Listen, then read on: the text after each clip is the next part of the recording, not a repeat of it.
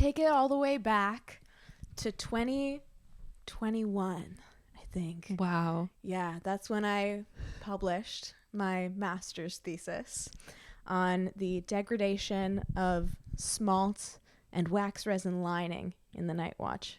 What's the full title? The full title is way worse. Let's try the full title as you wrote it. The effect of wax resin impregnation on the darkening of the ground and smalt in the night watch. Okay, but tell me something. Do conservators also like use funny titles in like articles? I wish. Because they do that in like, especially in like cultural studies. It'll be like, Yeah. Too hot to go. Yes. Analyzing chapel ruins. You know? I would have loved to have a fun title. I don't think that I had a supervisor that was like super down with this. I Yeah. actually, rereading the title now, I'm remembering that there was a lot of discussion about using the word darkening and impregnation. Okay. Like it was very specific on the vocab. Okay. So no, not for me, but there are fun titles in more like journals, you know, Yeah. not full on Like theses. theses. Yeah, I No. get that. They're pretty dull Mm-hmm. in general. And this is a hefty document. This is 78 pages, Liz. Yeah, You worked on this. I really did. It's a lot of scientific research as well. I made models. I analyzed using multiple different methods. It was such a challenge for me. And I knew that it was going to be a challenge from the moment that I applied to this program. Yeah. So I did my master's here in Amsterdam. It's a 4-year master's program. Which is crazy. Like, I didn't even know. I think you told me that like very early on when we met at the Van Gogh. And I was just like, what? Because it's because of the chemistry that you do initially. It's because of the chemistry. It's also rigorous. The first 2 years, and I wrote this master's thesis at the end of the first 2 years, is kind of the academic portion when you're doing very traditional learning, lectures. You're also working on some paintings, but you really only have one main project and then a bunch of workshops that you do. Yeah. And then the second set of 2 years, so year 3 and 4, is more practical work focused. So the third year you all work together. You go on location to a studio and you work there for a full year. You get like the sense of what it's like to do bench work as a conservator. So that's what we really call the practice of actually conserving. And then after that you have a 7-8 month long internship at whatever location you apply to that wants to have you. And that gives you a sense of, again, another location and some of the intricacies of professional life. So that's why it's so rigorous. And when I did my interview for the program back in 2019, one of the things that I said in the interview was that I was nervous to write a master's thesis because it was just such a daunting task to me. And I didn't really know that I would be capable of it. I actually have an episode of my old podcast, the EC podcast, where we talk about writing this thesis. And I recorded that around the time that I did it.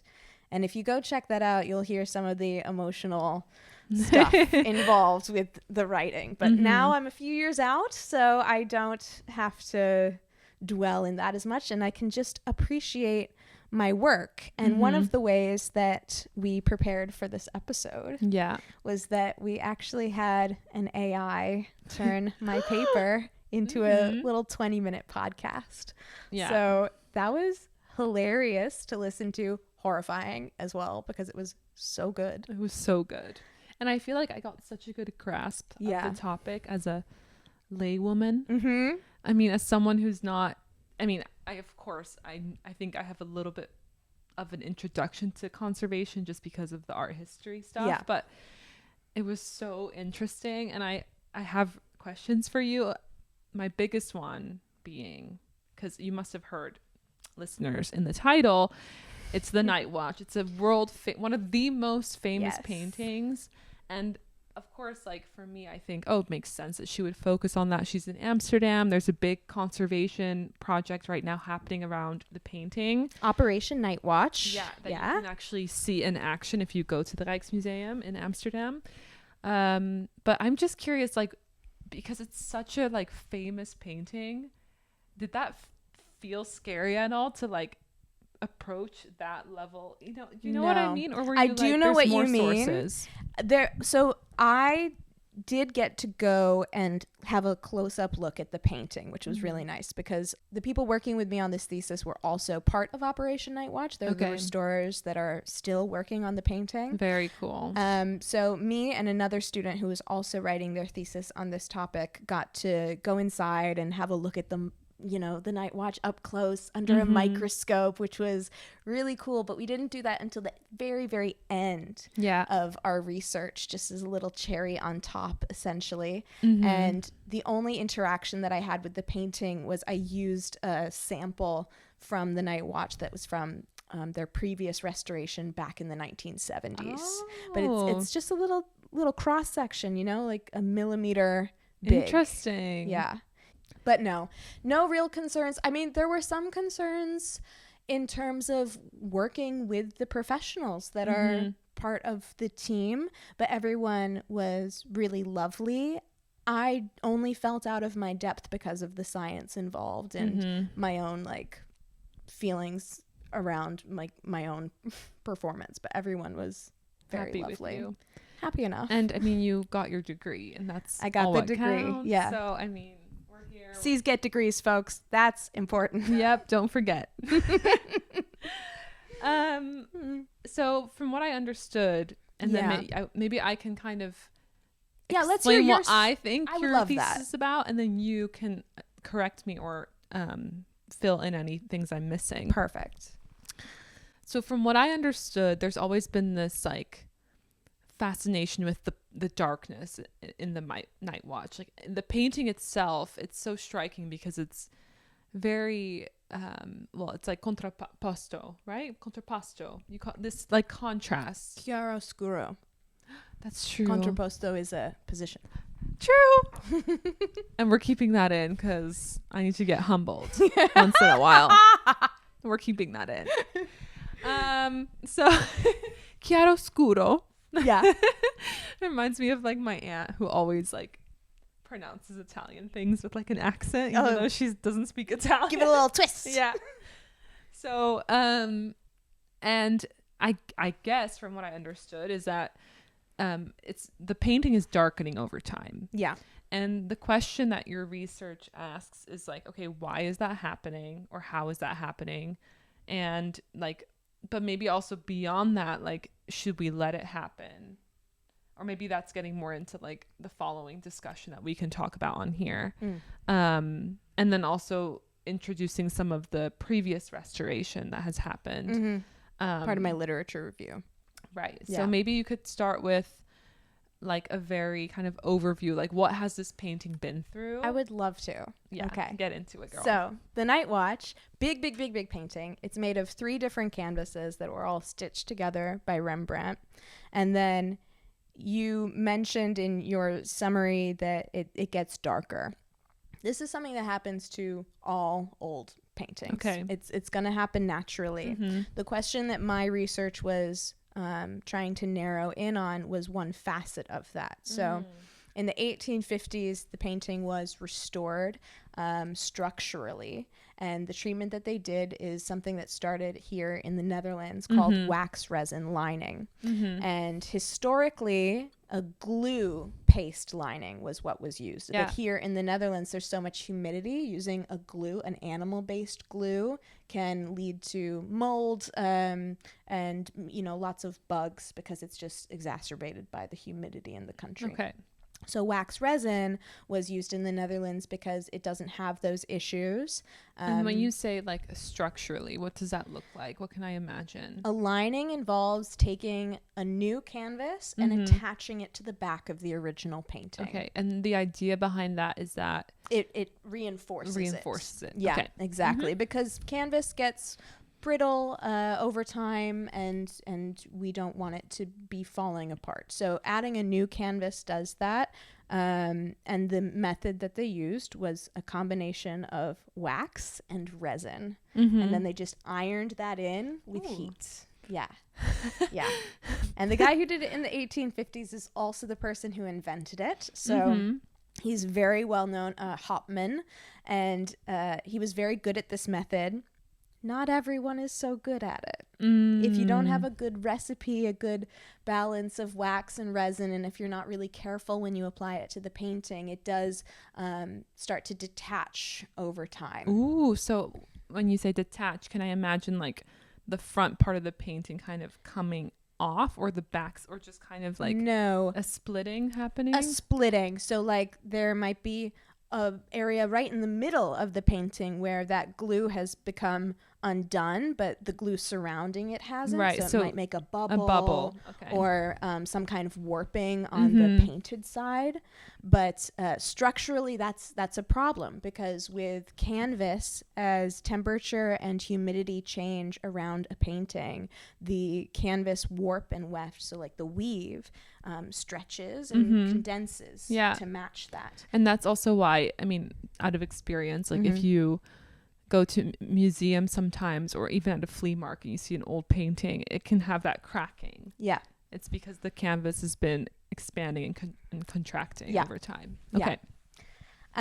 So that's the structural element, and then there's also the varnish layer. And historically, original varnishes have been kept on a painting. Now, as conservators, it's very common practice to remove a varnish and apply a new one. Okay. But especially in the 1800s, there was this idea that aged yellow look that you get from a natural resin varnish, so that's what they were using back then, it creates this really nice aged effect. People really liked that look. That's so interesting. Yeah.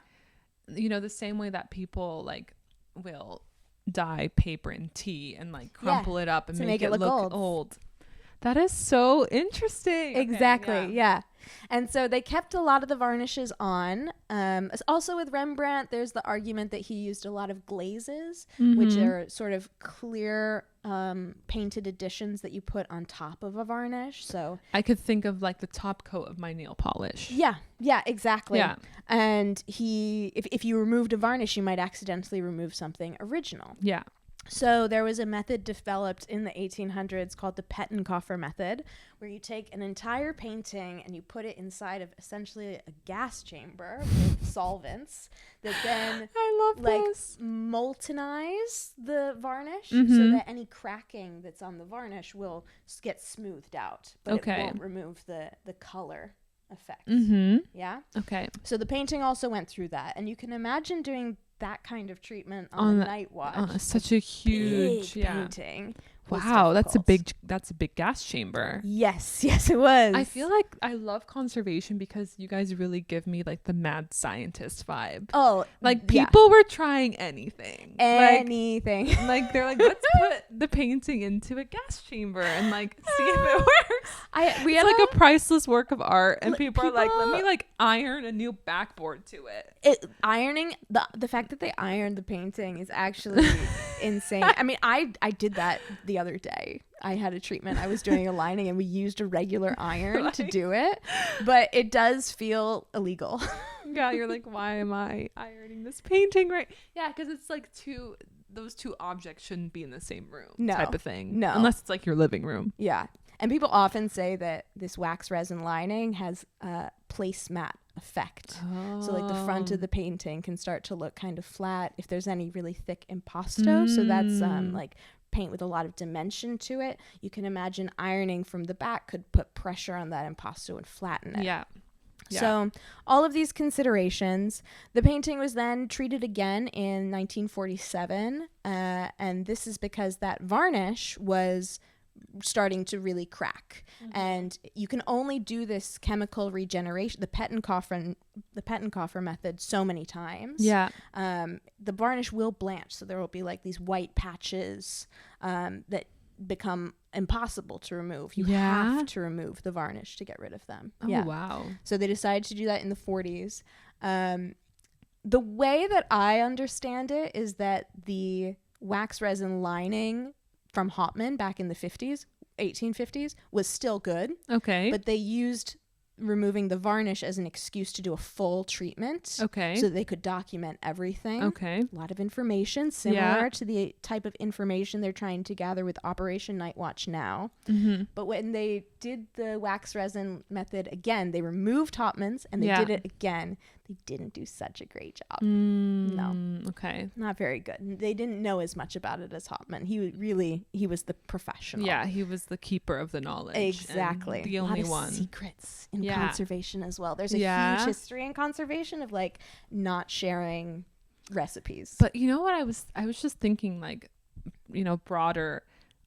It's so interesting, like how much science is involved in keeping an object almost like immune to time, and like all of these things that you're describing to me, and like the processes, the analysis, the data, the scanning, like it's so interesting because it shows like how much is needed to kind of defy inevitable like passage of time and like nature's gradual erosion of all things. Oof. Like that, isn't that true? Like also I mean, we talked about that I think in season 1 too, about like museums being like these gatekeepers of kind of trying to like freeze things in time. Mm-hmm. And like conservation is just because like when you're talking about it, it's I think even more elaborate than any of us imagine it to be. Of course it can be. I mean, I've seen videos of conservators like restoring and taking varnish off can just be, there's like a Q-tip almost, right? A cotton swab. Yeah. A cotton swab. And you're just like gently taking off the varnish. Yeah. But I think even that process like involves like creating the right concoction to and all of that, and being so careful, and like how crazy is that to kind of, you know, people say like that Brian Johnson guy from, you know, the guy that like sold Venmo and he's trying to like live forever. Have you seen him? Oh my God. He has a blood boy? Yep. Well, it's similar in the sense that the amount of shit that guy has to do to like slow down his aging. Yeah. That's true. It reminds me of like what conservation is for paintings. That's very true.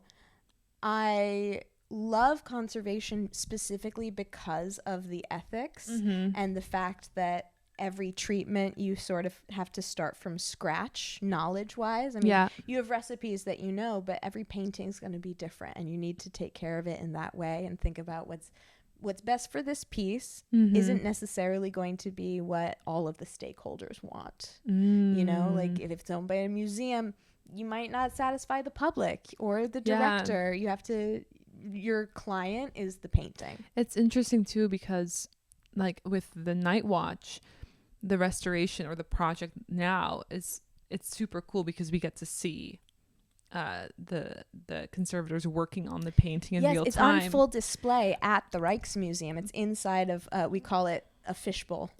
It's totally. But I also think, now that I'm hearing you say like kind of the political angle, of course they would do that, because you can't just take the Night Watch out of the Gallery of Honor. Like, no, that is the pièce de la résistance. Yes. That is the centerpiece.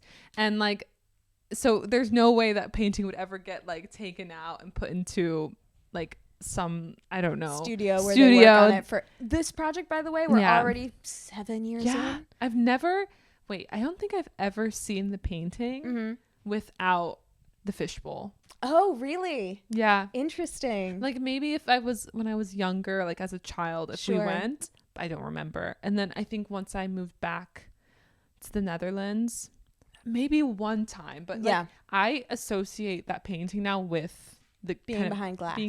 Yeah. Which is interesting too. And this is not the first time either that they've restored it in view of the public. They did their final restoration in the 1970s after the painting was attacked, actually. That's sort of in the news these days with climate change and climate action, rather. People trying to using art as a political weapon. Yeah. No, but I think it's also like the very act of attacking an artwork that is so heavily guarded, and like so much money goes to preserving that object. We should have a whole episode about this. Honestly. Yeah, we should. Okay, we'll come back to that. Because I have big thoughts, and they might not be what you expect. Ooh. All right, we're gonna circle back to that another time. Okay, and then so your thesis now getting maybe to present day, and like what are we noticing in the painting? So you said there's this darkening because of the wax resin lining. Yes. So there's the natural darkening that's going to happen to all of the materials that are part of an oil painting over time. Oil paintings traditionally use linseed oil as the binder for the pigments, and linseed oil will darken, or with certain pigments they might start looking more translucent. And why is that darkening? Is that because there's like an oxidation process happening, or just oxidation is one factor of it? There's also the darkening really comes from the breakdown of the linseed oil, the chains that make it up. As they break down over time, because it's an oil, the linseed becomes darker, yellower, similar to the varnish. And then that has the effect on the color of the paint. So darkening is really a yellowing, but when it's combined with the color of the pigment, it just looks darker.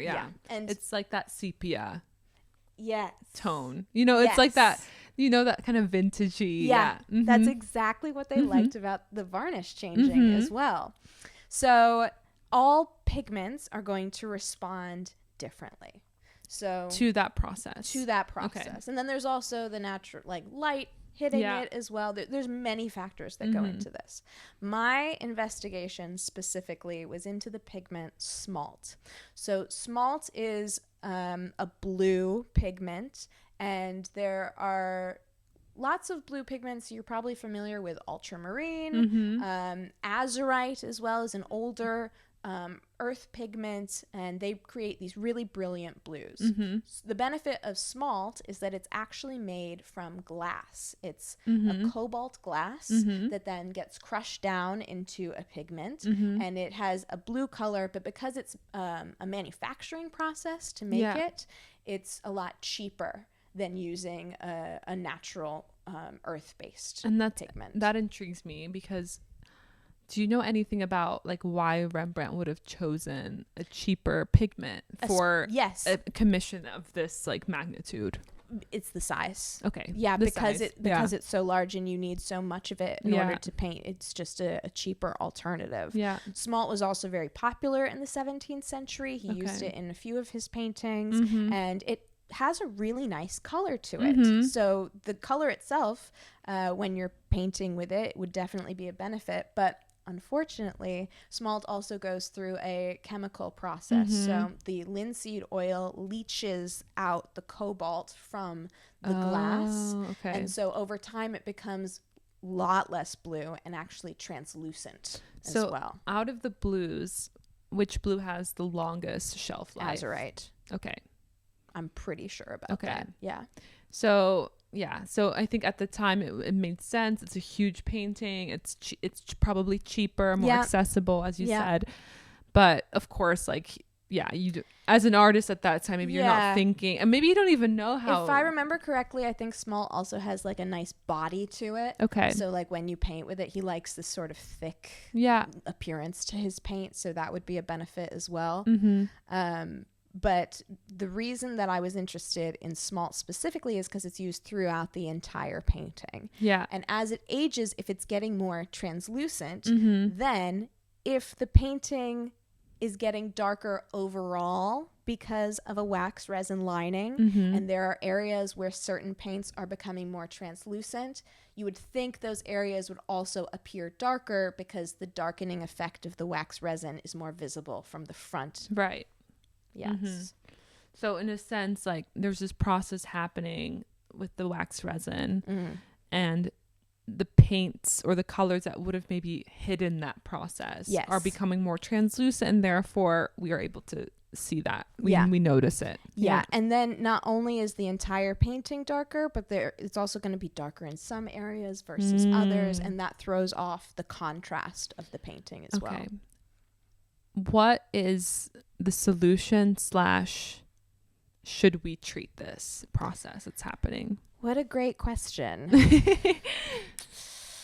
Well, I can tell you what they have done with Operation Night Watch. They've removed wait, let me think. I just talked to Theo about this the other week. Shout out Theo. He's not watching this. They didn't reline the painting. Okay. And they didn't use any more wax resin. Okay. So in the 70s, when they treated the painting after it was attacked, they did another wax resin lining on it.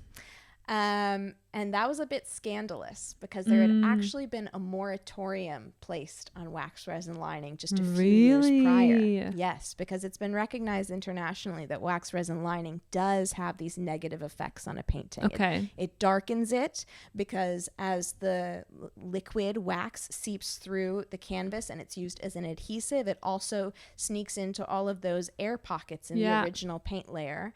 And as wax gets darker over time, it also goes through a yellowing and a brittling process. That can have an effect on the painted surface. Aesthetically darkening, but also physically in terms of more cracking and fragility. So they didn't remove the wax resin treatment from the 70s when they restored it now with Operation Night Watch, because why put the painting through more strain? And there's really nothing to be done to reverse the visual damage of these previous wax resin treatments. It's happened, it's done. We have to focus on preservation, and also research has been the biggest thing with this project. Would you say, I mean, for me, it really begs the question, are any of these interventions helpful in the long term? Because I feel like a lot of what you're describing is, okay, the intentions were there initially to, provide more support for the painting. Could you maybe explain or just kind of like think out loud about what would have happened if if they had never applied the wax resin back, or the lining to begin with? Like, would the painting be worse off or better off? Just as like a hypothesis. The painting probably would still exist. It wouldn't have crumbled and fallen to dust. Sort of thing. I will say that at the time that it was restored in the 1800s, there was a really big effort by restorers, and in the roughly 100 years that the wax resin lining method was used regularly, I think it's something like over 70% of Dutch paintings have been wax resin lined. Wow. So they really got to work. They found this one method and they were like, y'all, we solved everything. We were gonna everyone's getting a facelift. Every painting, not without any regard for whether or not that was a good idea. Especially you can imagine an impressionist painting that has a white ground and sometimes even exposed canvas. Doing a wax resin lining on that. Oh gosh. Throws off the entire tonality of the painting. But they really weren't even thinking about it. They just thought that it was a very sound structural choice. So I don't know why they originally did a lining on the painting. There must have been some structural concerns. The canvas is getting brittle. But plenty of paintings that have, I was about to say plenty of paintings that have never been lined still exist, but actually at this point, most old master paintings have gone through one lining or another, either glue lining before wax resin or wax resin after that. So it's quite rare to find an unlined painting that's that old. And were there, in other countries outside of the Netherlands, was wax resin also something that became No, it's just not really. Here. It's really maybe Belgium and Germany. Also, but think north, definitely not in Italy. Italians would have, and Spanish and French all continued to use glue paste lining, and that's what they still definitely learned that, although I would say that they probably are more likely to use a synthetic adhesive now. We often use something called Biva, which is a thermoplastic adhesive, again responding to heat. You can also do it with solvents, but heat is used. Interesting. Okay, that makes it such an interesting case study as well. That's why the Night Watch has gotten so much attention as well is because it's large, and it's a great opportunity to use it as a research topic. Yeah. So the last thing that my project really tried to address, because there was previous research into smalt degradation, like people had already figured out that it does degrade. There was previous research into the effect of wax resin lining on the darkening of the ground in a painting. So the ground is the first layer of paint that they put across the whole painting it's like your preparatory layer, essentially. And back in the 17th century, that wasn't white. So if you go to the store now and you buy a painting, it'll be a white ground. But they would do a colored ground. Okay. Because it acted as like a mid-tone, essentially. Yeah. So like red or gray, brown, red, orange, lots of different tones used. Interesting. Depending on what you want the composition to be. And Rembrandt kind of experimented with his recipe. And I mentioned earlier that there's a history in conservation of keeping recipes a secret. There's also a history of that amongst artists. Fun. I like that. Yeah. And it's been long believed that one of the ingredients that Rembrandt used in his ground was potentially clay. As well. So I investigated that. The way I did it was by adding kaolin clay, dried clay, into the ground, and then using SEM-EDX to compare the like microscopic visual of the ground that I created based on a 17th century recipe, and then adding clay compared with that cross section of the ground that I had from the Night Watch itself. And they did end up looking very similar physically. Even though one of the limitations of my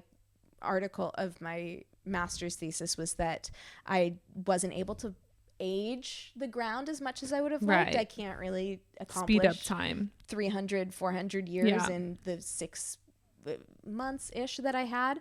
6 weeks really when it comes to the actual physical reconstructions that I made. That all went pretty quickly.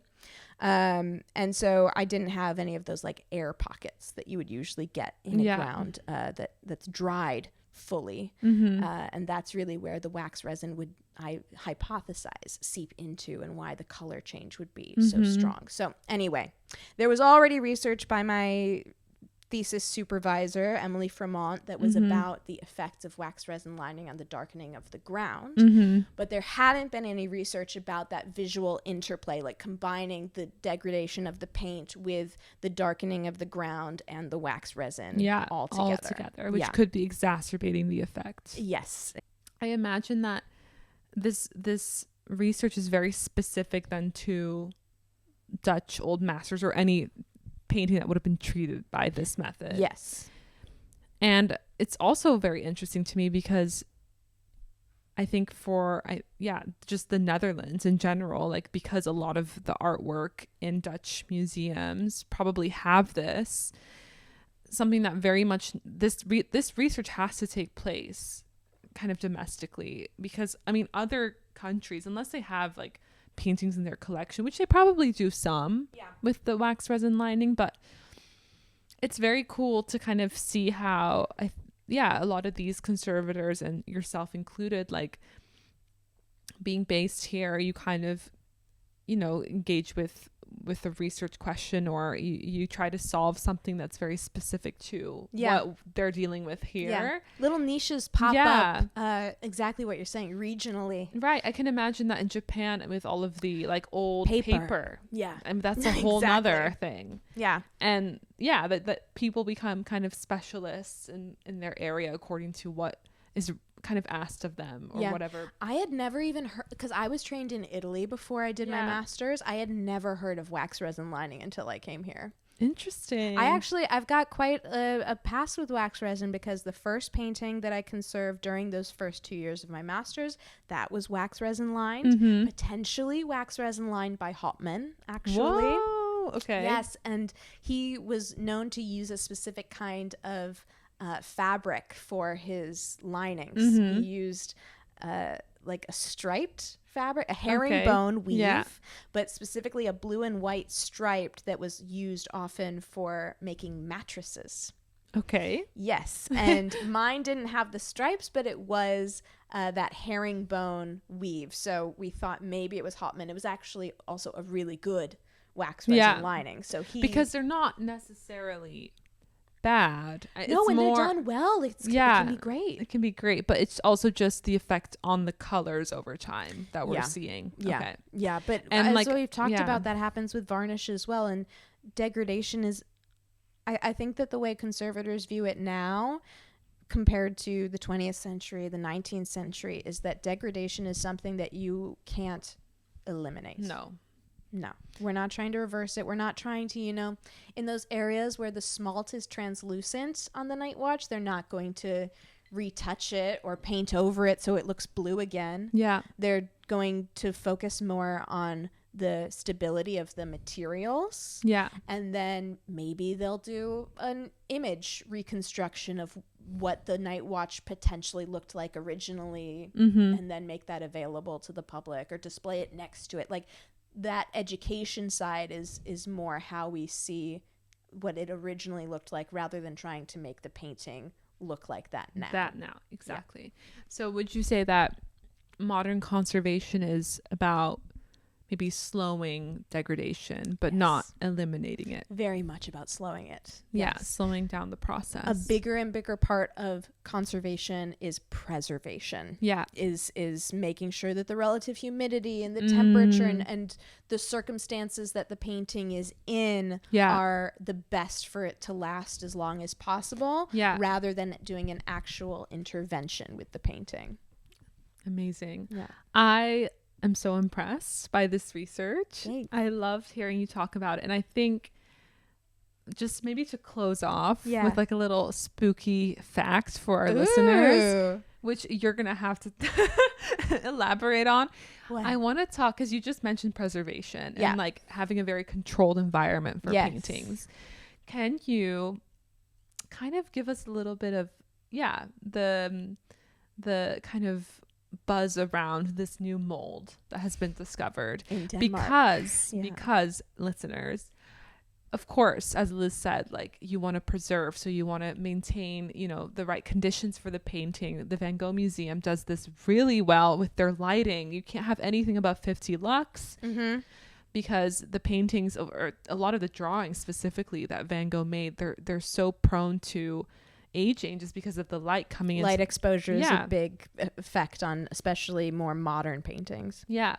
So maybe you want to tell us a little bit about what's happening in Denmark. So there's a new mold that they discovered in Denmark, and mold in paintings is something that does happen. Yeah. I mentioned earlier that, we've got the natural fibers of the canvas weave. We've got lots of food, like material for pests to eat, for example, but also for mold to grow with damp. Relative humidity is what we talk about often. And they discovered a new mold in Denmark that has this whitening effect on a painting, that the woman who discovered it, I don't remember her name, I'll put it here, she really thinks that this is potentially an issue in more museums than just in Denmark, that it's a worldwide issue. And the type of mold that they discovered hasn't been identified in paintings before. We have no way to treat it at the moment, but it's highly resistant. It's not your regular mold. It shares characteristics with molds that have been found growing inside of volcanoes. My God. Or at the bottom of the ocean. And she's only found it in cultural heritage institutions. Oh, but I love, that's so concerning, but that's some sci-fi shit. It goes back to my earlier point. Like, there is something so, like, I don't know, like mad scientist-esque about like conservation in general. And I think, all of this like knowledge and all of these treatments and the fight against it's a real time, big fight. and then a new enemy emerges, and it's this new like mold that there's always something new that no one can treat, and then someone has to figure out how to treat it, and they will. I'm sure that they will. But when we talk about really trying to control temperature and relative humidity. A lot of institutions only have like a 5% change in those parameters in their cases, in their institutions. Like they are very specific about the HVAC system that controls all the temperatures and the humidity. And this is now entirely my own opinion. Okay. When I read the article about the mold, the first thing that I thought was, this is really nature showing conservators our hubris. Because it is part of our job to acknowledge that it is impossible to fully preserve any of these pieces. Everything comes to an end, and we do our best, but I do think that by limiting the amount of change happening within a painting, we've created circumstances for something that is this highly designed to do exactly what, to go against exactly what we've done. Yeah. It's just sort of nature being like, nah. Life finds a way. Yeah. Life finds a way, even in the most insane conditions, I love that. But like, it's also concerning. But yeah, indeed, I love that point about like the hubris. And yeah, I mean, the thing is that none of us can play God. We can't stop what will inevitably happen. And I think for me, as someone who loves art, it's so like crazy to think about a world where these paintings don't exist. Like that actually like breaks my heart a little bit. Yeah. Of course there was a time before like the Night Watch as well, but I mean, even if you think back even further in time, I love the Lascaux drawings of the cave drawings in France. I mean, they allowed anyone in to go see them, but then they noticed that even the breath of the humans in the caves were kind of eroding the art. So now no one can go in. Yeah. But then no one can see them, at least not in person. Yeah. Like, should we just embrace the fact that art is also like going to kind of die just as life in general and eventually end? Or are we going to continue this pursuit of maintaining this like hyper controlled artificial environment where like nothing can affect the painting? Unfortunately, I think it's probably going to be the latter for the rest of the 21st century.